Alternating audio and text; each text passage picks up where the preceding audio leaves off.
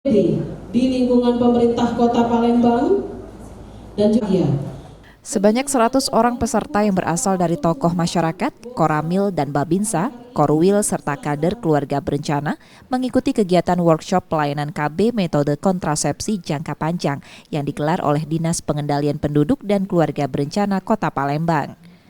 Kegiatan ini sendiri merupakan salah satu upaya percepatan penurunan stunting di Kota Palembang dengan cara melakukan pelayanan KB non-MKJP dan MKJP dengan tujuan mengatur angka kelahiran, kesejahteraan ibu dan anak, hingga membentuk keluarga sejahtera pada pasangan usia subur. Melalui kegiatan ini juga diharapkan para kader dapat merumuskan cara pelaksanaan terbaik di lapangan.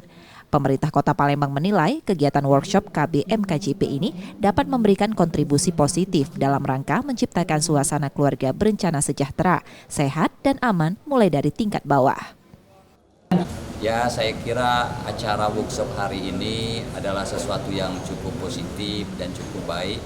Apalagi ada pesertanya para tenaga penyuluh juga dari Babinsa.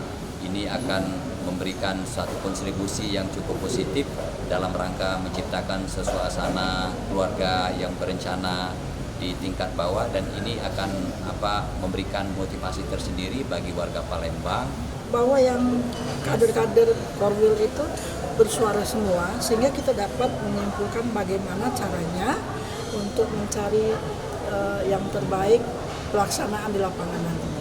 Kendala pasti ada, tapi semuanya kita akan lalui lah. Bersama-sama dengan kader kita akan lalui kendala-kendala itu, sehingga peningkatan daripada orang ber-KB itu lebih banyak lagi.